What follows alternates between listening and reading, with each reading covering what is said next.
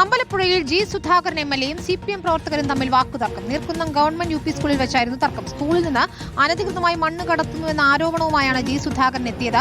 ഈ സമയം ഇവിടെ എത്തിയ PTA പ്രസിഡന്റും സിപിഎം നേതാക്കളും ജി സുധാകരനുമായി കയർക്കുകയായിരുന്നു. പോലീസ് എത്തിയാണ് ഇരു കൂട്ടരെയും പിരിച്ചുവിട്ടത്.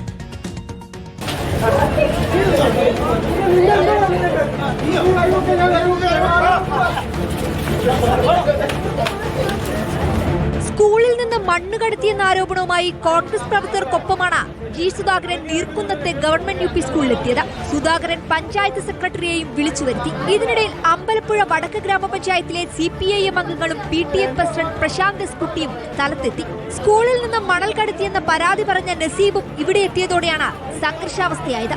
ഏറെ നേരം CPIM അംഗങ്ങളും സുധാകരനുമായി വാക്കേറ്റം നടന്നു. എല്ലാം നേടിക്കഴിഞ്ഞ് പുറത്തു പോയി, അത്രേ ഉള്ളൂ. നേടി, അതാണ് ഞങ്ങൾ പറയുന്നത്. പാർട്ടിയിൽ നിന്ന് നേടി ഇല്ലെന്ന് പറയണ്ട, പാർട്ടിയിൽ നിന്ന് നേടി.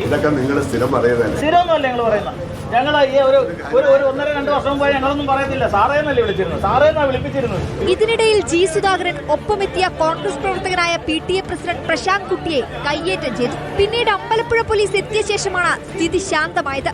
സ്കൂളിൽ നിന്ന് മണലാരും കൊണ്ടുപോയിട്ടില്ലെന്നും സ്കൂളിലെ CCTV ദൃശ്യങ്ങൾ പരിശോധിക്കാമെന്നും സ്കൂൾ അധികൃതർ വിശദീകരിച്ചു. പിന്നീട് ഉച്ചയ്ക്ക് 12 മണിയോടെയാണ് ജി സുധാകരൻ മടങ്ങിയത്.